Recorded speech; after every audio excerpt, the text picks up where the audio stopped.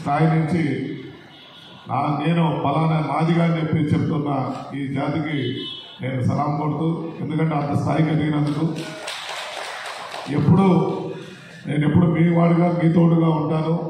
ఈ ప్రాంత అభివృద్ధి నా మెయిన్ ముఖ్య లక్ష్యం. ఈరోజు మీ సంపూర్ణ మద్దతు తెలియజేసినందుకు ప్రతి వారికి పేరు పేరున ధన్యవాదాలు చెప్తూ, భవిష్యత్తులో మన బిడ్డలందరికీ తోడుగా ఒక అన్నగా ఒక తమ్ముడుగా ఉంటూ ఆ కుటుంబాలకు మేలు చేస్తానని తెలియజేస్తూ సెలవు తీసుకుంటాం. జై హింద్, జై హింద్.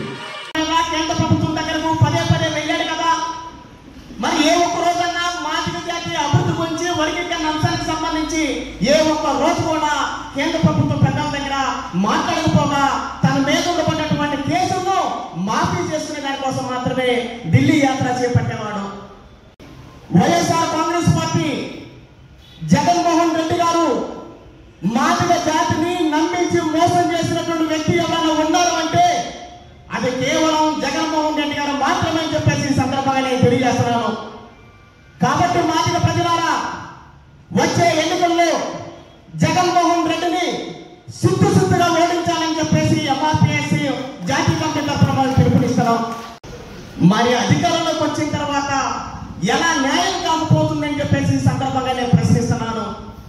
మరి అలాగే జగన్మోహన్ రెడ్డి గారి ప్రభుత్వంలో డాక్టర్ సుధాకర్ గారు విశాఖపట్నంలో కరోనా సమయంలో మాస్కులు లేవని చెప్పేసి ప్రశ్నించినందుకు డాక్టర్ సుధాకర్ గారిని ఆనాడు అవమానకరంగా 2 రెక్కలు కూడా విడిచి రోడ్డు మీద పడేసి ఆయన మానసిక క్షోభకు గురి చేయడం వల్లే డాక్టర్ సుధాకర్ గారు చనిపోవడం జరిగింది. ఒక దళిత బిడ్డ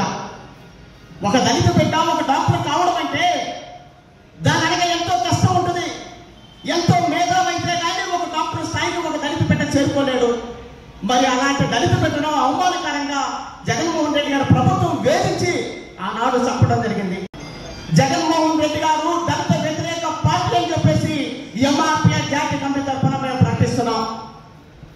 జగన్మోహన్ రెడ్డి గారు పైకి ఒకలా ఉంటారు, లోపల మాత్రం దళితులంటే అసహించుకునేటటువంటి ఆలోచన విధానాన్ని జగన్మోహన్ రెడ్డి గారు కలిగి ఉంటారని చెప్పి ఈ సందర్భంగా నేను తెలియజేస్తూ, ఈ కనిగిరి నియోజకవర్గంలో మాదిగ జాతి తలరాతలు మారాలంటే, అలాగే ఈ కనిగిరి నియోజకవర్గంలో దళితుల యొక్క తలరాతలు మారాలంటే, అలాగే ఈ కనిగిరి నియోజకవర్గంలో నా ఎస్సీ ఎస్టీ బీసీ మైనారిటీ వర్గాల యొక్క జీవితాల్లో వెలుగులు నింపబడాలంటే ఉగ్ర నరసింహారెడ్డి గారికి మీరందరూ కూడా ఓటు వేసి భారీ మెజార్టీతోటి అన్నను గెలిపించి చంద్రబాబు నాయుడు గారికి కానుగా పంపించగలిగితే, పెద్దల చంద్రబాబు నాయుడు గారి ముఖ్యమంత్రి కాగలిగితే ఈ రాష్ట్రం సుభిక్షంగాను, ఈ రాష్ట్రంలో ఉన్నటువంటి నా ఎస్సీ ఎస్టీ బీసీ మైనారిటీ వర్గాలకు సంబంధించినటువంటి ప్రజలు సంతోషంగాను అభివృద్ధి వైపు వెళ్ళడానికి అవకాశం ఉంటుంది. కాబట్టి అలాంటి మంచి వ్యక్తికి ఉగ్ర నరసింహారెడ్డి గారికి మనం అందరం కూడా